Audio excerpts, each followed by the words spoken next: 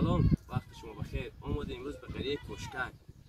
همیشه دیگه در خدمت ما میبینیم رفیقای ما که مربوط به قریه هم زندگی میکنن. اینجا بسیار زحمت کشیدم و یک برنامه تهیه کردیم که باز به چینل یوتیوب مجید احمدخانی پخش میشه و حالا ما داخل یک شاله ایم. به قریه ها اینا شاله میگن، جایی که به صحراها درست میشه. بسیار هم که خانه‌چه‌های بسیار سرده، حالا چه‌های سرد طبیعی.